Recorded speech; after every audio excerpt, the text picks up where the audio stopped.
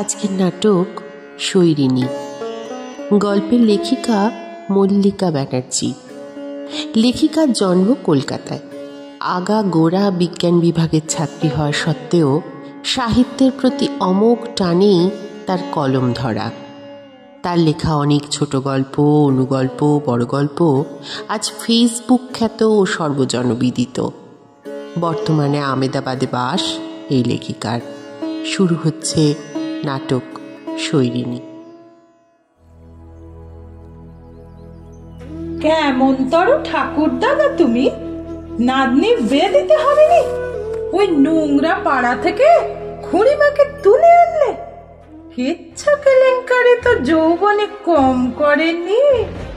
তোমার মা ছিলেন সতীনক্ষী, ইনি তো অল্প বয়সে বিধবা। আর হাত ধরে রাতের আঁধারে পালিয়ে বউবাজারে ওই পাড়ায় গিয়ে উঠেছিলে।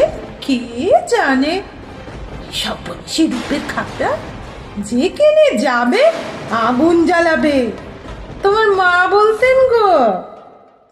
কাপড় গোছাতে গোছাতে বলল সরমা। হুকোয় গুড়গুড় শব্দে টান দিতে দিতে কালীঘাটের চাটুর্যে বাড়ির বড় কর্তা তরুণ চাটুর্যে বললেন, কাকা সম্পত্তি আইনত খুড়িমারি প্রাপ্য। মহিম মানে ওই স্বদেশী করে যে ছোড়াটা গো। খবর আসলো খুড়িমা মসজিদের কাছে থাকেন, কিন্তু ওনার নাকি ওখানে জীবন সংশয়।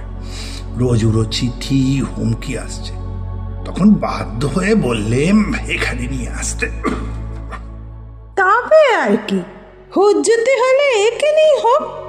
বুড়ির ঘরে এই বয়সে হাঁটুর বয়সে ছেলে পুলে আসে গভীর রাতে। অন্ধকারে ফিস ফিস আওয়াজ আসে। একটা লাল মুখও ছিল। কি ঝগড়া করলো বুড়ি ভাবতে পারবে নি। বুড়ি ফরফর করে আমার ইঞ্জিরিও বলতেছিল গা। গোপালের মা কাল বিচ্ছিরি ভাবে হাসতে হাসতে বলতেছিল আমায়, সরমা বেবসে খুঁড়ি সাউড়ি থাকতে তোরা চিনতে কিসে, না জামাই হতে পাত্রদের লাইন লাগলো বলে। ঘেন্না ঘেন্না। গা যেন গুলিয়েই গেল সরমার। যদিও বিয়ের এত বছর পরে প্রথম দেখল খুড়শাশুড়ি বেদানাবালাকে, কিন্তু মিথ্যে বলবে না। এই বয়সেও কি গায়ের রং, কি শরীরের বাঁধনি, এতটুকু টসকায়নি। খাড়া নাকে মটর দানার মতো হিরের নাকছাবি, কানে সোনার ফুল, তাতে আবার দুটো পান্না বসানো, গলায় একটা রুদ্রাক্ষের মালা, হাতে দুগাছি সোনার চুড়ি। সরমা একবার কল ঘরে বেদানাবালা গেছে দেখে ঘরে উঁকি মেরেছিল। কি সজাগ বুড়ি মাগি, কখন বিড়ালের পায়ে এসে দাঁড়িয়েছে। ঘরে খাটের নিচে বড় দুটো সিন্দুক, ঘরের এক কোণে স্টোভ রাখা, সবাক খায়। অবশ্য যা বদনাম বুড়ি, কেই বা ওর ছায়া মারাবে। খড়খড়ে গলায় বলে উঠেছিল বেদানাবালা, কোন আবাগির বেটিলা বুড়িকে রেতে দুমুটো পাটাস নে, তাকে দেখতে এসো শুনি।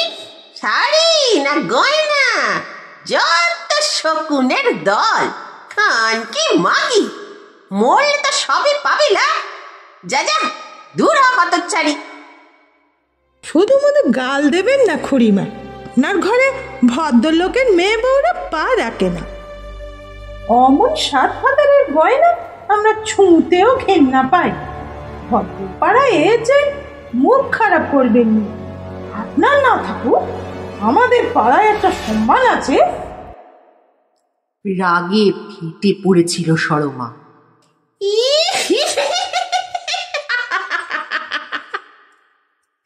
এটুকু গাল সইতে পারলিনি বউ?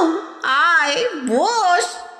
তবে ভাব দেখি, রায় বাহাদুরের মেয়ে নরেশ চাটুর্যের বেদবা স্ত্রী কি করে পারল রে রাতের পর রাত ঘরে মদমটাল ঢোকাতে।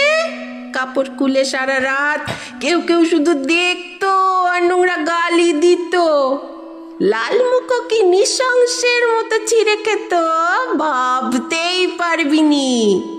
এতটুকু মাই দিল শরীরে, এই কোলে বসাচ্ছে তো এই চুরুট গুজে দিচ্ছে আস্তানে কুস্তানে।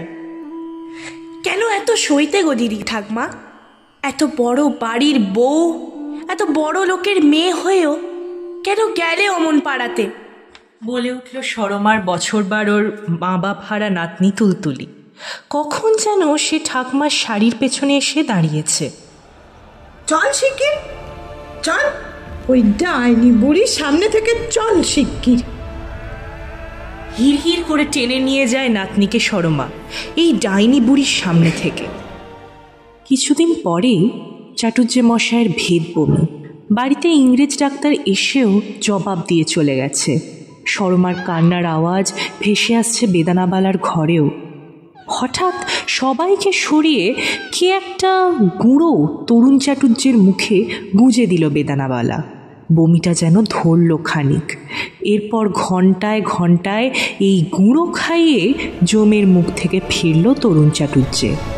ঠিক কয়েকদিন পরেই নিজের ঘরে গলা কাটা অবস্থায় পাওয়া গেল বেদানাবালাকে। রক্তে চারদিক ভাসছে, ডালা খোলা সিন্দুকে জমি জমার কাগজপত্র ছড়ানো ছিটানো। শত জিজ্ঞাসাতেও মৃত্যুর আগে খুনির নাম বললেন না, বিড়বিড় করে বললেন, মা কালী জানেন। একটা চিঠি ছিল বেদানার কাপড়ের খুঁটে তুলতুলিকে লেখা। দিদি রে, আজ না হলেও কাল তুই ঠিকই বুঝবি।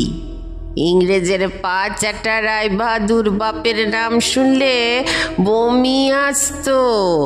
16 বছর বয়সে বিয়ে হয়ে এসে দেখলুম আলাদা খালি নরেশ চাটুজ্জে।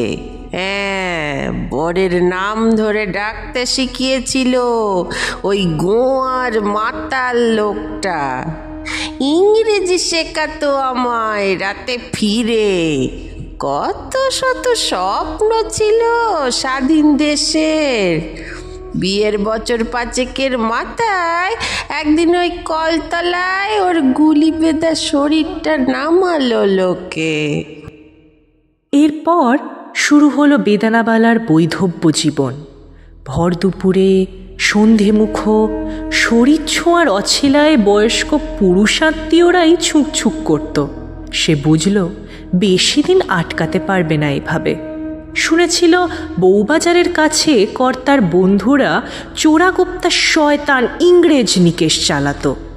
একদিন অল্প কিছু পয়সা নিয়ে গভীর রাতে বাড়ি ছাড়ল। গাড়িতে থিয়েটারে নামবার কথা বলে এক বাবু রক্ষিতা করে রাখল।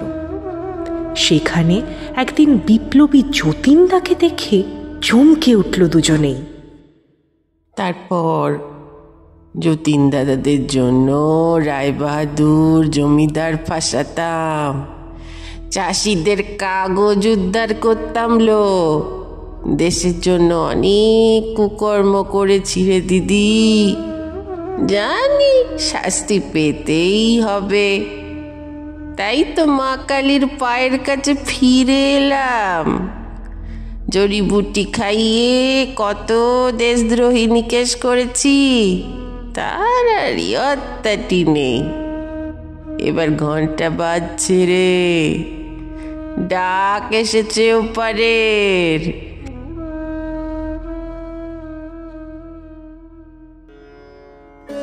এতক্ষণ শুনলেন লেখিকা মল্লিকা ব্যানার্জির লেখা গল্প শৈরিনী।